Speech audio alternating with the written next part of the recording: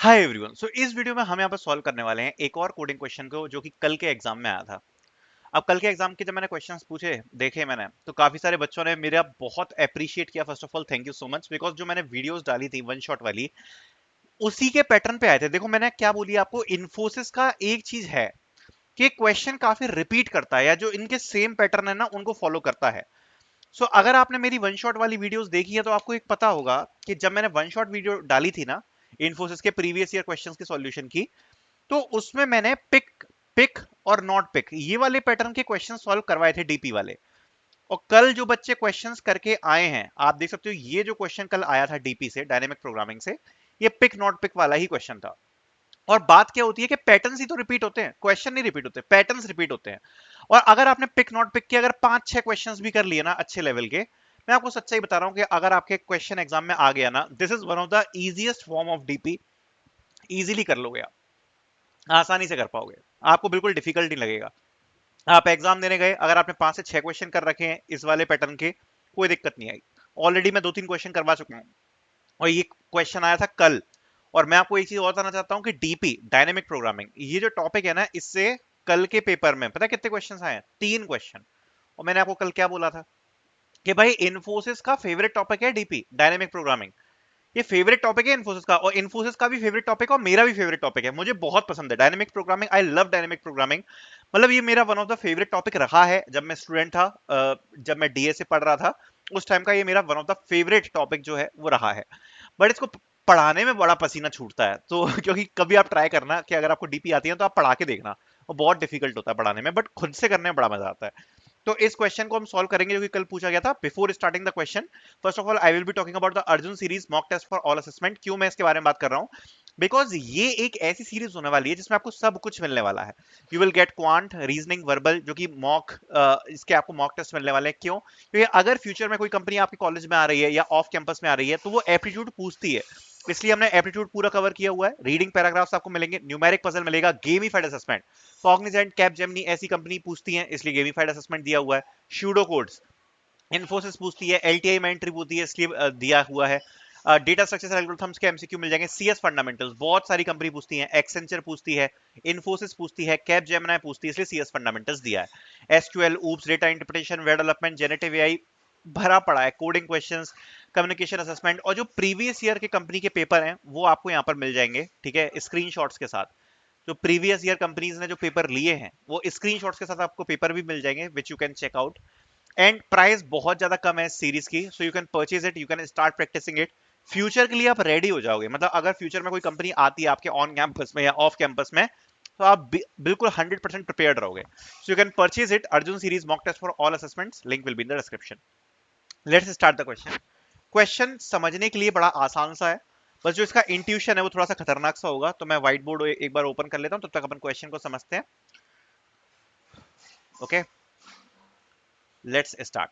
सबसे पहले problem statement, धीरे धीरे से प्रॉब्लम स्टेटमेंट पढ़ेंगे और समझेंगे। बी विथ मी, ठीक है। क्या कह रहे हैं? There are n post located along a highway.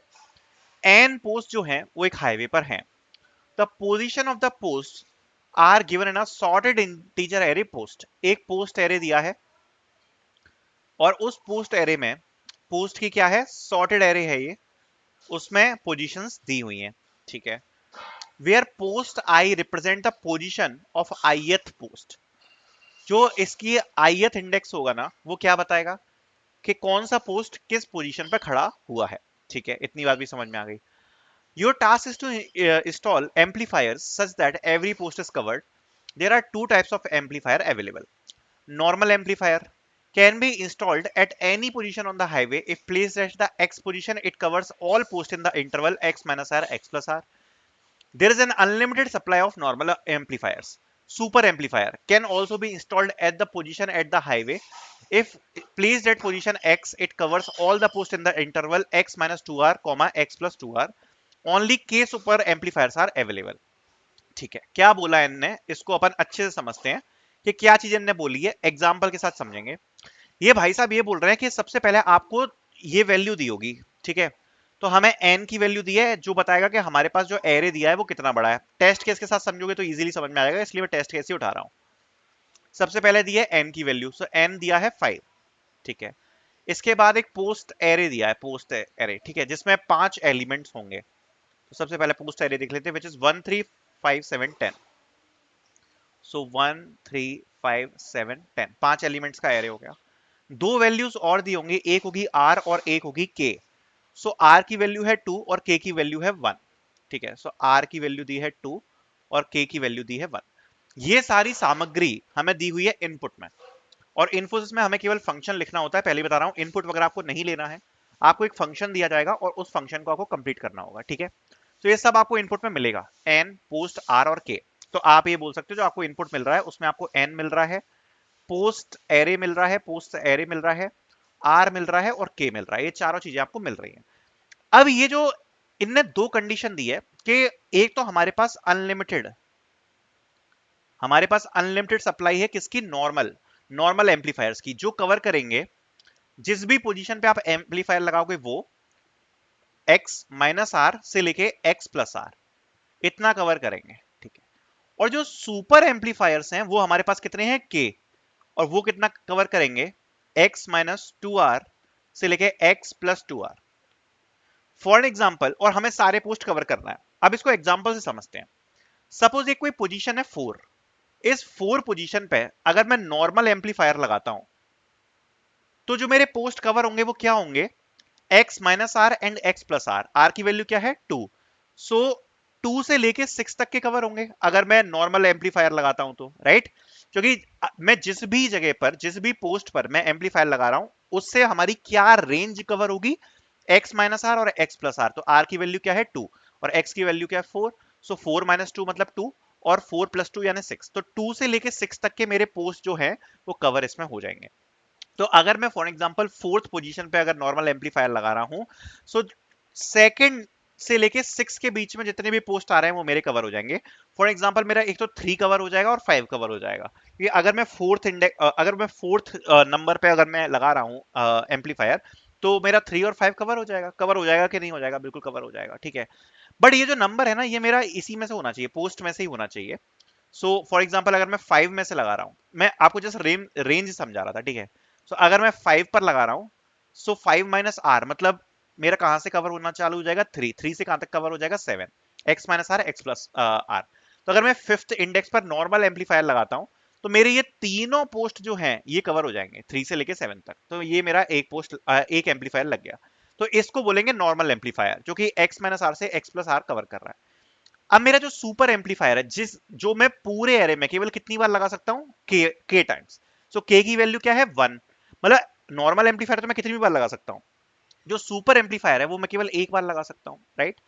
क्योंकि के की वैल्यू 1 दी है, के की वैल्यू डिसाइड करेगी। तो फॉर एग्जांपल अगर मैं सुपर एम्पलीफायर लगाता हूं फिफ्थ पोस्ट पर, तो ये कितना कवर करेगा? अगर मैंने फिफ्थ पे लगाया, x माइनस टू आर मतलब 1 से लेके x प्लस टू आर यानी कि 9 तक। 1 से 9 तक सब कुछ कवर हो जाएगा, राइट। सो अगर 1 से 9 तक सब कुछ कवर हो गया, सो ये सारे पोस्ट जो है मेरे 1 3 5 7 ये कवर हो जाएंगे केवल एक सुपर एम्पलीफायर लगाने से, राइट। फिर उसके बाद मेरा केवल कौन सा पोस्ट बचेगा? 10 बचेगा। तो इस पर भी मैं नॉर्मल एम्पलीफायर लगा सकता हूं जिससे मेरा जो पूरे पोस्ट है वो कवर, ठीक है। सो ये आपको समझ में आ गया, सुपर एम्पलीफायर कितना कवर कर रहा है, नॉर्मल एम्पलीफायर कितना कवर कर रहा है, रेंज समझ में आ गई। अब क्वेश्चन यही पूछ रहा है कि मिनिमम नंबर हमें बताने हैं कि मिनिमम नंबर ऑफ एम्पलीफायर्स कितने लगेंगे टू कवर ऑल पोस्ट, ठीक है। जिसमें के होंगे सुपर एम्पलीफायर, के सुपर एम्पलीफायर यूज कर सकते हैं हम मैक्सिमम, और जो नॉर्मल एम्पलीफायर है वो अनलिमिटेड है। अब क्वेश्चन आई होप आपको समझ में आ गया होगा, और सारे जो हमें ये पोस्ट है वो कवर करने हैं। I hope the question is clear, ठीक है। सो फॉर एग्जाम्पल अगर हमारा क्वेश्चन ये है तो इसमें आउटपुट हमारा आएगा 2। क्यों? क्योंकि अभी जस्ट मैंने समझाया कि आप 5 पर सुपर एम्पलीफायर लगा लो। सो 5 पर आप लगाओगे, सो x माइनस टू आर से लेके x plus two r cover हो जाएगा। x की वैल्यू क्या है? 5। r की वैल्यू क्या दी है यहाँ पर? 2। सो x माइनस टू आर मतलब 5 माइनस 4 दैट इज 1। 1 से लेके कहां तक कवर हो जाएगा? 9 तक। सो 1 से 9 तक ये एक एम्पलीफायर ही कवर कर देगा पूरा। सो 1 से 7 तक पूरा कवर हो गया। 10 बचा, इसके लिए एक अलग से एम्पलीफायर लगा देंगे, नॉर्मल एम्पलीफायर। तो आंसर हमारा आउटपुट में क्या आ जाएगा? 2, ठीक है। ये समझ में आ गया। एग्जाम्पल 2 देख लेते हैं भाई। एग्जाम्पल 2 में इस प्रकार से हमें दिया हुआ है इनपुट। सबसे पहले तो 6 पोस्ट है, 1 2 8 10 15 एंड 18, इनको हमें कवर करना है। आर की वैल्यू क्या दी है 2, के की वैल्यू क्या दी है 0, मतलब सुपर एम्पलीफायर एक भी यूज नहीं कर सकते हम, नॉर्मली यूज कर सकते हैं। सो नॉर्मल एम्पलीफायर अगर आप देख सकते हो तो रेंज बहुत दूर दूर है, और जो आर की वैल्यू है वो 2 दी है। सो अगर मैं सबसे पहला एम्पलीफायर 2 पर ही लगाऊं तो ये 1 और 2 दोनों को कवर कर देगा, क्योंकि आर की वैल्यू 2 दी है ना। तो अगर मैं 2 पे लगाऊंगा तो x माइनस आर और x प्लस आर तक कवर हो जाएगा। सो 2 माइनस 2 यानी कि 0 से लेके x प्लस आर यानी कि 2 प्लस 2 यानी कि 4, इतने तक कवर हो जाएगा, राइट। 0 से लेके 4 तक कवर हो जाएगा, तो उसमें ये दोनों आ जाएंगे। इसी प्रकार से अगर मैं 10 पे लगा दूं तो ये दोनों कवर हो जाएंगे। और अगर मैं फॉर एग्जाम्पल ये 15 और 18 दोनों हमें कवर करना है, सो मैं किसी भी मिडिल पॉइंट पे लगा सकता हूँ, 16 पे लगा दूं, 17 पे लगा दूं। सो अगर सपोज मैंने 17 पे लगा दिया तो 17 पे अगर मैंने लगाया, सो 17 माइनस 2 यानी कि 15 कवर हो जाएगा, ठीक है। और 17 प्लस 2 यानी कि 19, सो 15 से 19 तक की रेंज बन जाएगी और ये भी मेरे कवर हो जाएंगे पोस्ट, ठीक है। सो बेसिकली मैं कहीं भी लगा सकता हूँ, राइट। सो इस प्रकार से आउटपुट जो है मेरा कितना आ जाएगा, 3 आ जाएगा, कि मुझे 3 नॉर्मल एम्पलीफायर्स यूज करने पड़ेंगे जिससे हमारे सारे पोस्ट जो है वो यहाँ पर कवर हो जाए। सो आई होप क्वेश्चन आपको क्लियर हो गया है। अब अगर क्वेश्चन आपको क्लियर हो गया है तो अब यहाँ पर चलते हैं, ठीक है। सो अब हम कुछ ऑब्जर्वेशन की तरफ चलेंगे और इसमें डीपी कैसे लगाएंगे, यही तो चीज सोचने की होती है कि डीपी कैसे लगाएंगे। सो मेरे दिमाग में तो कैसे आया कि भाई डीपी लगाएंगे, बहुत सिंपल है, क्वेश्चन को भाड़ में जान दो। मेरे को ये बोल रहा है कि भाई 5 एन की वैल्यू क्या दी है 5, और इसमें क्या दिया है 1 3 5 7 एंड 10, ठीक है। मेरे दिमाग में कैसे आया कि मैं डीपी लगाऊंगा, इसमें ध्यान से सुनना। ये कंडीशन क्या बन रही है कि मैं नॉर्मल एम्पलीफायर्स तो कितनी भी बार ले सकता हूं, अनलिमिटेड सप्लाई है, सुपर एम्पलीफायर मैं केवल एक बार लग सकता हूं, एक बार ले सकता हूं। तो मेरे पास दो कंडीशन है कि मैं जब भी किसी पोस्ट पर कोई एम्पलीफायर लगाऊंगा, या तो मैं नॉर्मल वाला लगाऊंगा या तो मैं सुपर वाला लगाऊंगा। तो मेरे पास ये क्या हो गई, दो कंडीशन बन गई, या तो पिक नॉर्मल या पिक सुपर। पिक नॉर्मल या पिक सुपर, दो किसी भी एक जगह पे जब मैं हूं तो मेरे दो डिसीजन बन सकते हैं। या तो मैं नॉर्मल सुपर एम्पलीफायर पिक करूंगा या सुपर, हो गई कि नहीं पिक और नॉट पिक वाली कंडीशन। या तो मैं नॉर्मल को पिक करूंगा या सुपर को, पिक नॉट पिक बन गया कि नहीं, पिक नॉट पिक बन गया कि नहीं। और जैसे ही मेरे पास पिक नॉट पिक ये वाली कंडीशन बन गई, सो मुझे समझ में आ गया कि भाई ये तो पिक नॉट पिक वाली डीपी का क्वेश्चन है। सिंपल रिकर्जन फंक्शन इसमें लग जाएंगे, क्योंकि पिक नॉट पिक में तो यही होता है, सिंपल रिकर्जन फंक्शन लगते हैं।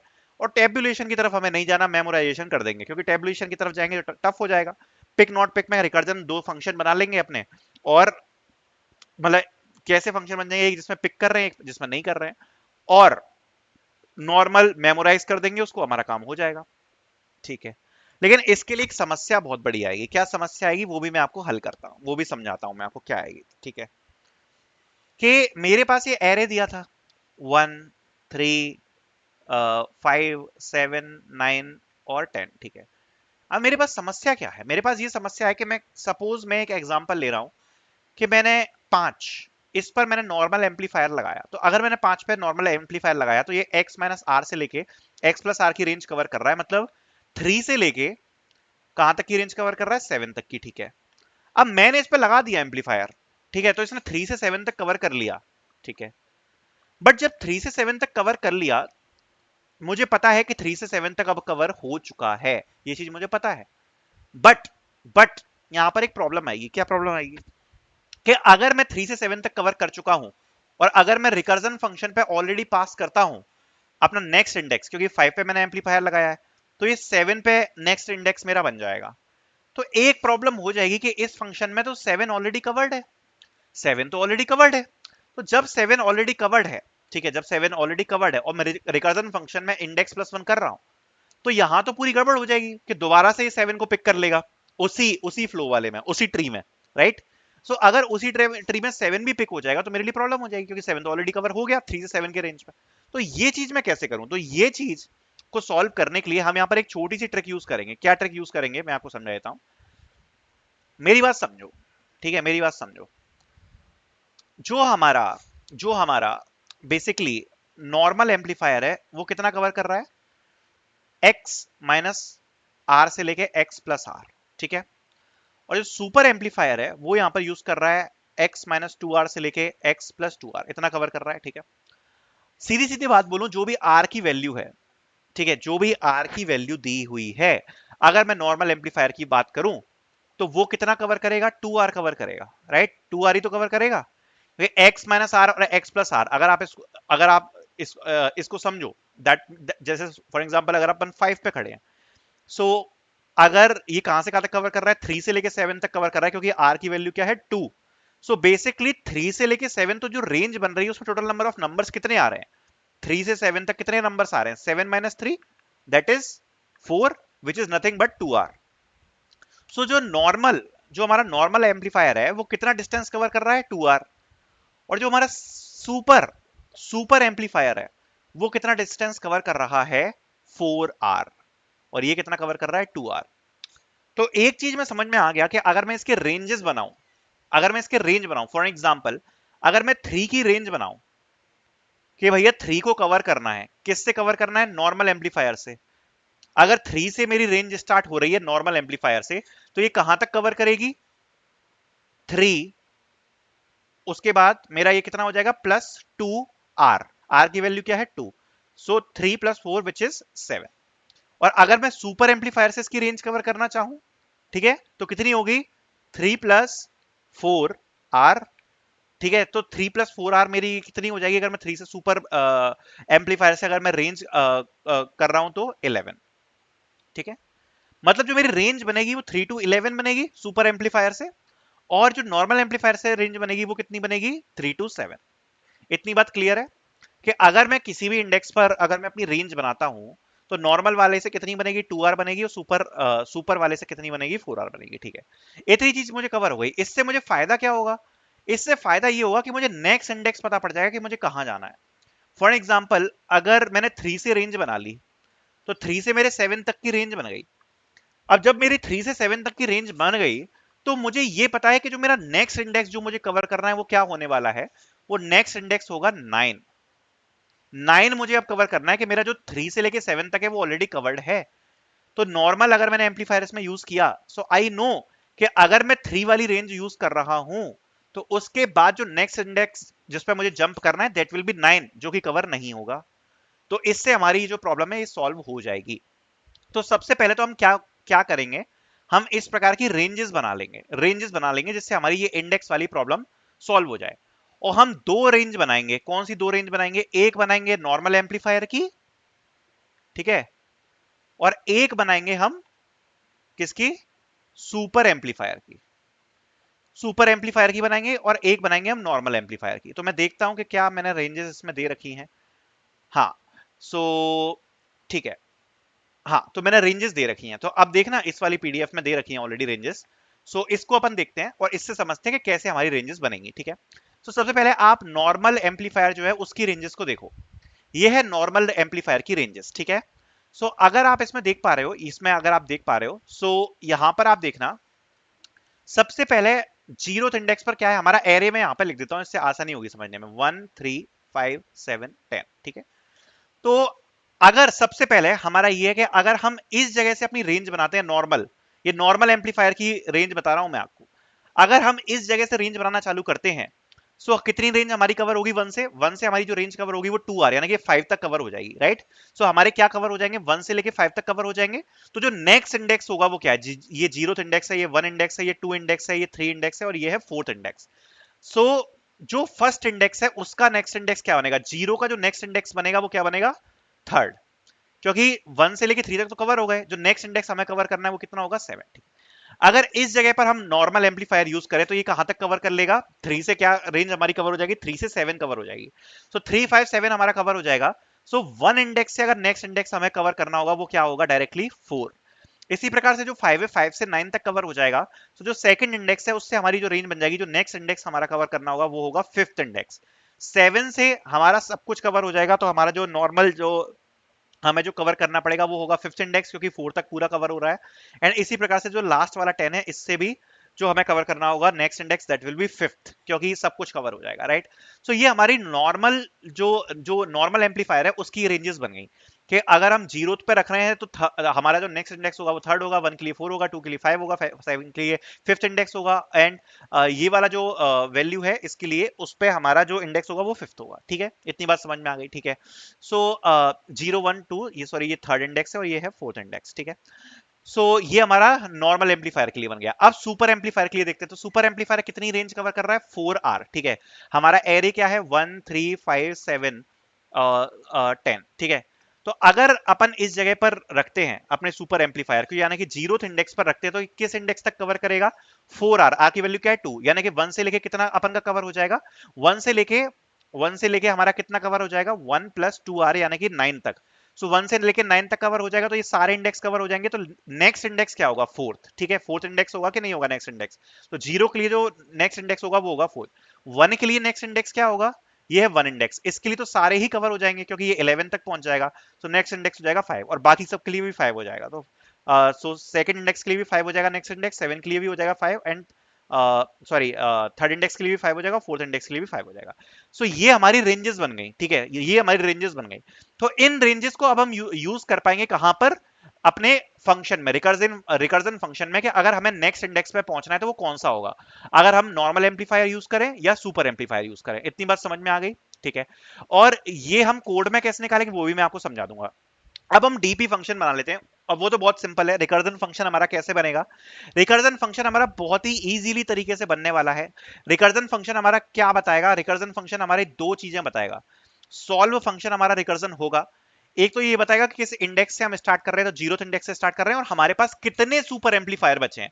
तो के सुपर एम्पलीफायर बचे यानी कि 1, जो हमें आंसर में दिया गया था, हमारा एरे था 1 3 5 7 10, और सुपर एम्पलीफायर की वैल्यू जो हमें दी गई थी दैट वाज 1, के की वैल्यू 1 थी। ठीक है, अब हमारे पास दो कंडीशन है, either I will pick a normal amplifier or I will pick a super amplifier. So अगर मैं नॉर्मल एम्पलीफायर पिक करता हूं from this one zeroth index से, सो अब मेरे पास रेंजेस तो ऑलरेडी हैं। सो अगर मैंने ये वाला पिक करता है तो नॉर्मल जो एम्पलीफायर है वो कितना कवर करेगा, अभी हमने नॉर्मल जो रेंजेस थी उसमें अभी हमने चेक किया था, तो जीरोथ इंडेक्स से जो मेरा नेक्स्ट इंडेक्स बन जाएगा वो क्या बन जाएगा, 3 बन जाएगा, राइट। सो जो अब अगला इंडेक्स जो मुझे कवर करना होगा दैट विल बी 3, राइट। सो अब मेरा जो सॉल्व है उसमें मेरा क्या आ जाएगा, यहां पर 3 आ जाएगा, और k का मेरा k ही रहेगा क्योंकि मैंने सुपर इंडेक्स तो यूज ही नहीं किया।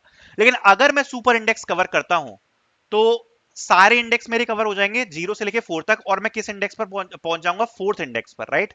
ओनली जो फोर्थ इंडेक्स है वो मेरा कवर नहीं हो पाएगा क्योंकि इसकी भी हमने रेंज बनाई थी, लेकिन मेरा k यूज हो जाएगा, तो यहां पर क्या बचेगा, k-1।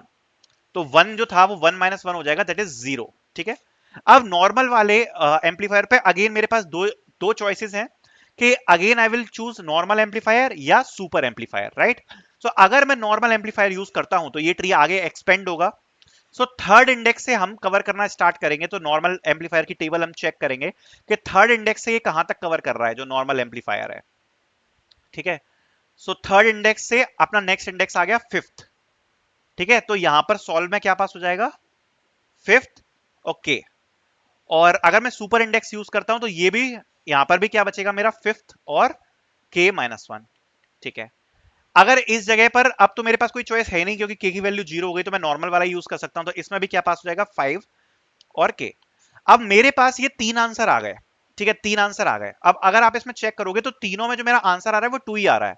अगर ट्री की आप ब्रांचेस कैलकुलेट करोगे कितनी बार रिकर्जन फंक्शन कॉल हुआ जिससे हम लीफ नोड पर पहुंच गए या फिफ्थ इंडेक्स पर पहुंच गए, तो अगर आप देखोगे तो यहां पर भी दो ब्रांचेस हैं, मतलब आंसर मेरा कितना आ जाएगा, 2। मिनिमम कैलकुलेट कर लेंगे ना हम, यहां पर भी 2 आ रहा है और इस जगह पर भी 2 आ रहा है, सो मेरा मिनिमम आंसर कितना आ जाएगा, 2। मिनिमम फंक्शन से चेक कर लेंगे किससे भी मिनिमम आंसर आ रहा है, तो ये मेरा रिकर्सिव ट्री बनेगा। So I hope question is simple, question is solvable. पूरी चीज अब हमने समझ ली है, अब तो बस हमें कोड लिखना है। ठीक है, तो आ जाते हैं जरा, स्टार्ट करते हैं कोड को। सबसे पहले अच्छा आपको एक चीज और समझानी पड़ेगी, ठीक है, that is upper bound. I hope आपको अपर बाउंड फंक्शन आता होगा, नहीं आता तो कोई बात नहीं, मैं समझा दूंगा। तो हमारे पास जो वैल्यू है वो क्या है, हमारे पास एक तो पोस्ट एरे दिया हुआ है, आर की वैल्यू दी है और के की वैल्यू दी है। ठीक है, आर की वैल्यू दी है, के की वैल्यू दी है, पोस्ट एरे दिया है, हमने साइज निकाल लिया पोस्ट एरे का। उसके बाद अपना जो हमने दो और वेक्टर्स बना लिए, नॉर्मल नेक्स्ट और सुपर नेक्स्ट। ये क्या बताएंगे, जो अभी हम इंडेक्स स्टोर कर रहे थे ना वही इंडेक्स बताएंगे। जो नॉर्मल नेक्स्ट है वो क्या बताएगा, किस इंडेक्स का नेक्स्ट इंडेक्स क्या है। और सुपर नेक्स्ट क्या बताएगा? अगर सुपर एम्पलीफायर यूज करें तो नेक्स्ट इंडेक्स क्या है, ठीक है। अब बस इनको हमें फिल करना है। तो हमारा जो एरे था वो क्या था? 1 3 5 7 10, राइट।